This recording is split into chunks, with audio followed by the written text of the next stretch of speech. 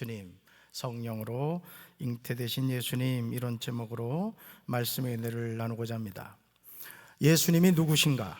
이것을 아는 것은 정말 중요합니다. 왜냐하면 예수님이 누구신가를 모르면 우리는 예수님을 바로 믿을 수 없기 때문입니다. 마태복음 1장 1절부터 17절까지 예수 그리스도의 계보가 나오는 것을 보게 됩니다. 마태복음 1장에 나오는 예수 그리스도의 계보는 아브라함으로부터 시작되는 것을 보게 됩니다. 그런데 예수 그리스도의 계보에 관하여 나오는 누가복음 3장 23절부터 38절까지 보시면 예수의 족보가 또 나오는 것을 보게 됩니다. 누가복음에서는 예수님이 가르치심을 시작할 때 30세쯤 되었다라고 하면서 예수님을 요셉의 아들이다 이렇게 소개합니다. 사랑하는 성도 여러분, 예수님은 어느 날 하늘에서 뚝 떨어진 분이 아닙니다. 구약 39권에서 예수 그리스도의 오심에 관하여 수많은 곳에서 선지자들을 통하여 예언하고 있습니다. 예수님의 오심은 하나님이 약속하신 사실입니다. 미가 5장 2절에서 선지자 미가는 예수님이 태어나실 것을 예언하고 있음을 보게 됩니다. 말씀 같이 읽습니다. 베들레헴 에브라다야, 너는 유다 족속 중에 작을지라도 이스라엘을 다스릴 자가 내게서 내게로 나올 것이라. 그의 근본은 상고의 영혼에 있느니라. 아멘. 미가서는 예수님이 태어나시기 약 700년 전에 기록이 되었습니다. 그런데 마치 한 달 후에 일어날 일에 관하여 이야기하듯이 이스라엘을 다스릴 자가 베들레헴에서 태어나실 것을 정확하게 예언합니다. 그리고 태어날 메시아이신 예수님의 근본은 상고의 영혼이 있다고 합니다. 미가는 예수님의 근원은 영혼으로 올라가 그의 모든 날의 처음부터 살아있는 이라고 합니다. 우리는 미가가 소개하고 있는 예수님에 관한 내용을 보면서 그분은 성자 하나님이신 것을 알게 됩니다. 따라합시다. 성자 하나님, 성자 하나님. 창세기 1장 1절에서 태초에 하나님이 천지를 창조하셨다고 했을 때 예수님도 하늘과 땅의 모든 것을 성부 하나님과 동역하셨음을 기억해야 됩니다. 물론 성령 하나님도 천지 창조에 동참하셨습니다. 누가복음 3장 23절에서 누가는 예수님의 족보를 소개하면서 사람들이 아는 대로 요셉의 아들이니라는 표현을 사용하고 있습니다.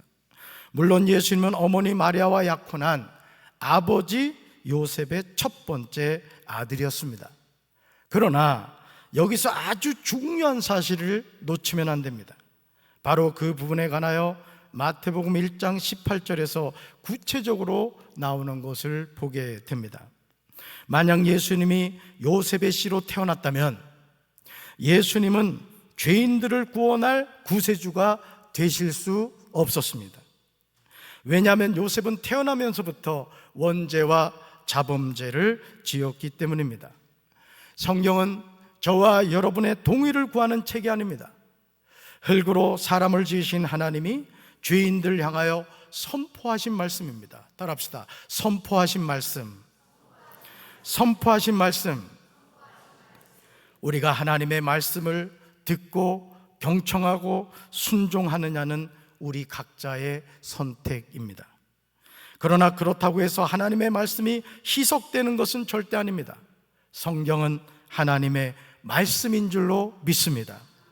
바울은 영적인 아들 디모데에게 모든 성경이 어떤 역할을 하는지 자세하게 알려줍니다. 같이 읽습니다. 모든 성경은 하나님의 감동으로 된 것입니다. 아멘. 디모데후서 3장 16절부터 17절에서 이 사실에 관하여 전하고 있습니다. 우리 말씀 같이 읽습니다. 모든 성경은 하나님의 감동으로 된 것으로 교훈과 책망과 바르게 함과 의로 교육하기에 유익하니 이는 하나님의 사람으로 온전하게 하며 모든 선한 일을 행할 능력을 갖추게 하려 함이라. 아멘. 사랑하는 성도 여러분, 저와 여러분이 하나님의 자녀로 미혹이 많은 이 세상에서 승리하며 사는 비결은 다른 것에 있지 않습니다. 모든 성경은 하나님께 받은 영감으로 쓰여 우리 손에 주어진 책이며 진리가 무엇인가를 가르쳐주고 우리 생활에서 악한 것이 무엇인가를 알게 해주는데 유익한 책입니다. 그러므로 우리는 하나님의 영감으로 쓰여진 성경을 주야로 묵상해야 합니다. 시편 1편 2절에 나오듯이 오직 여호와의 율법을 즐거워하여 그의 율법을 주야로 묵상하는 삶을 살아야 할 줄로 믿습니다. 이것이 험한 세상에서 승리하는 비결입니다.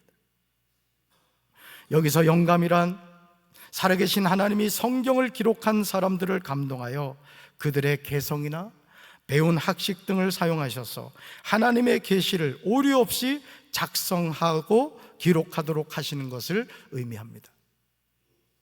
세상에서 진리가 무엇인가를 알려주는 책은 성경밖에 없습니다. 그러므로 우리는 한 책의 사람이 되어야 할 줄로 믿습니다.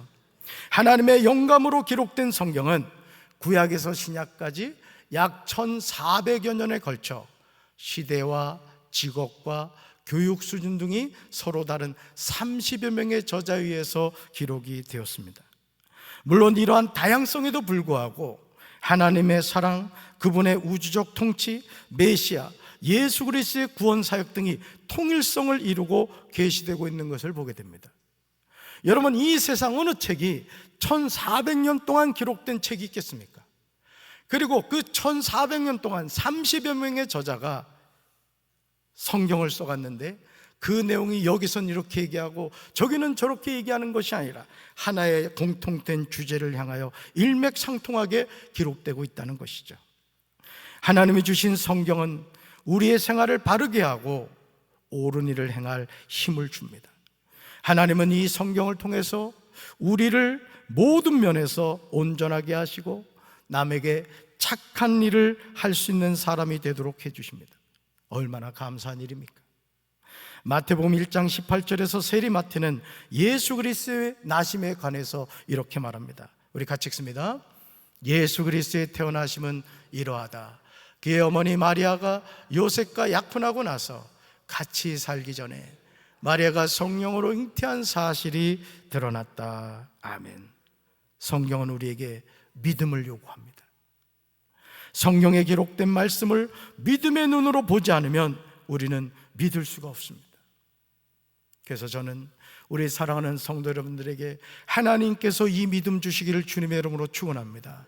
그래서 하나님의 말씀인 성경을 펼쳐서 읽을 때마다 이 말씀이 믿어지고 이 말씀이 깨달아지고 주여 이 말씀대로 되어지게 하여 주시옵소서. 여러분의 입술을 벌려 믿음으로 고백할 수 있는 믿음의 사람들이 되기를 주님의 이름으로 축원합니다. 마태복음 1장 18절에 나오는 내용도 마찬가지입니다. 아기가 잉태되려면 남성과 여성의 DNA를 통해서 되어집니다. 그런데 세리마태는 예수 그리스도의 태어나심은 우리가 알고 있는 남성과 여성을 통하여 된 것이 아니라 마리아가 성령으로 잉태한 사실이 드러났다고 증언하고 있습니다. 정말 단순하게 보이는 말씀이지만 우리는 여기서 아주 중요한 사실을 알게 됩니다. 왜 예수 그리스도는 성령으로 잉태가 되셨을까요? 시편 19편에서 하나님의 사람 다윗은 인도자를 따라 부르는 노래를 하고 있습니다. 말씀 같이 읽습니다. 주님의 종이 죄인인 줄 알면서도 고의로 죄를 짓지 않도록 막아주셔서 죄의 소나기에 다시는 잡히지 않게 지켜주십시오. 그때야 나는 온전하게 되어서 모든 끔찍한 죄악을 벗어버릴 수 있을 것입니다. 아멘. 우리는 다윗의 노래를 통하여 하나님의 종인 다윗이 죄인 줄 알면서도 고의로 죄를 짓지 않도록 막아달라고 간구하고 있음을 보게 됩니다. 여러분, 오늘 이 세상에 그런 사람들 얼마나 많아요. 죄인 줄 알면서도 사람을 못 살게 굴고 심지어 생명을 해치기까지 합니다. 지금 여러분 저 러시아 우크라이나 전쟁을 보십시오. 팔레스타인과 이스라엘의 전쟁을 보십시오. 사람이 사람을 죽이는 일을 너무 서슴지 않게 하고 있는 것을 보게 됩니다. 죄의 소나기에 다시는 잡히지 않게 지켜달라고 구하고 있습니다. 저는 우리 사랑하는 성도분들이 죄의 소나기에 잡히지 않게 되기를 주님의 이름으로 축원합니다. 죄를 다스리는 권세를 갖게 되기를 주님의 이름으로 축원합니다. 모든 끔찍한 죄악을 버릴 수 있게 해달라고 요청하고 있습니다. 왜냐하면 우리는 죄의 소나기에 잡혀 살아가기 때문에 그래요. 우리가 하나님의 자녀라 할지라도 영적으로 깨어있어 하나님을 의지하지 않으면 우리 스스로 죄악된 길을 가고 있음을 보게 됩니다. 로마서 3장 9절부터 18절에서 바울은 다 죄 아래 있다고 선언합니다. 따라합시다. 다 죄 아래 있다. 다 죄 아래 있다. 이것은 유대인이나 헬라인이나 다 죄 아래 있다고 이미 선언하였습니다. 의인은 없나니 하나도 없으며 깨닫는 자도 없고 하나님을 찾는 자도 없습니다. 다 치우쳐 함께 무익하게 되고 선을 행하는 자는 없나니 하나도 없다는 것이 성경의 증언입니다. 그들의 목구멍은 열린 무덤이요 그 혀로는 속임을 일삼으며 그 입술에는 독사의 독이 있고 그 입에는 저주와 악독이 가득하고 그 발은 피 흘리는 데 빠릅니다. 파멸과 고생이 그 길에 있어 평강의 길을 알지 못하였고 그들의 눈앞에 하나님을 두려움이 없습니다. 오늘 이 세상 사람들 보세요. 하나님을 두려워합니까? 제가 목회를 하면서 깨닫는 중요한 사실이 있습니다. 목사든 성도든 하나님을 두려워해야 돼요. 아멘이십니까? 하나님 두려워해야 됩니다. 여러분, 노아의 홍수 때 하나님이 노아의 8 식구에는 다 물로 심판했다는 걸 잊지 마셔야 돼요. 하나님은 우리를 살게도 하고 죽게도 하실 수 있는 분이세요. 이것이 타락한 인생의 모습입니다. 아무리 몸부림을 쳐도 우리 자신의 노력으로는 이런 우리 삶의 패턴을 벗어나지 못한다는 거예요. 그러나 예수님은 잉태되실 때부터 이런 인간의 굴레와 다른 방법으로 잉태가 되셨습니다. 바로 요셉의 씨가 아니라 성령으로 잉태가 되신 거예요. 예수님이 성령으로 잉태가 되셨다는 것은 원죄와 자범죄에서 벗어나셨다는 뜻입니다. 물론 예수님의 삶에도 사탄에게 시험을 받으셨습니다. 마태복음 4장 1절에서 세리마태는 이 사실에 관하여 증언하고 있습니다. 말씀 같이 읽습니다. 그 예수님께서는 성령에게 이끌려 광야로 가셔서 마귀에게 시험을 받으셨습니다. 아멘. 사랑하는 성도 여러분, 요단강에서 세례요한에게 세례를 받으시고 올라오신 후에 예수님은 성령에 이끌려 광야로 가셔서 마귀에게 시험을 받으셨습니다. 그것도 예수님이 세례를 받으시고 곧 물에서 올라오실 때 하늘이 열리고 하나님의 성령이 비둘기같이 내려 자기 위에 임하심을 보셨습니다. 하늘부터 소리가 있어 말씀하셨습니다. 이는 내 사랑하는 아들이요 내 기뻐하는 자라. 마리아와 약혼한 요셉의 입장에서 이 상황을 어떻게 받아들일 수가 있겠습니까? 자신과 약혼한 마리아의 배가 불러옵니다. 요셉은 의로운 사람이었기에 마리아에게 피해를 주지 않는 선에서 드러내지 않고 가만히 끊고자 했습니다. 여러분, 이 당시에요, 약혼한 여자가 약혼한 남자의 씨가 아니라 다른 사람의 씨를 통해 잉태가 되면 그 여자는 돌에 맞아 죽었습니다. 오늘 요셉이 마리아에 대해서 악감정을 가지고 만약에 그 사실을 이야기했다면 마리아는 지금 돌에 맞아 죽어야 되는 그런 상황이에요. 그런데 요셉은 조용히 파혼하려고 했던 것이죠. 요셉이 이렇게 생각하고 있는데 주의 천사가 꿈에 그에게 나타나서 말합니다. 같이 읽습니다. 다윗의 자손 요셉아, 두려워하지 말고 마리아를 내 아내로 맞아들여라. 그 태중에 있는 아기는 성령으로 말미암은 것이다. 아멘. 사랑하는 성도 여러분, 자신과 약혼한 마리아의 배가 불러오는데 그 잉태가 성령으로 된 것이라는 말을 누가 믿겠습니까? 아니, 누가 믿을 수가 있겠습니까? 아마 다윗의 자손 요셉도 약혼자 마리아를 의심하고 서운하였을 겁니다.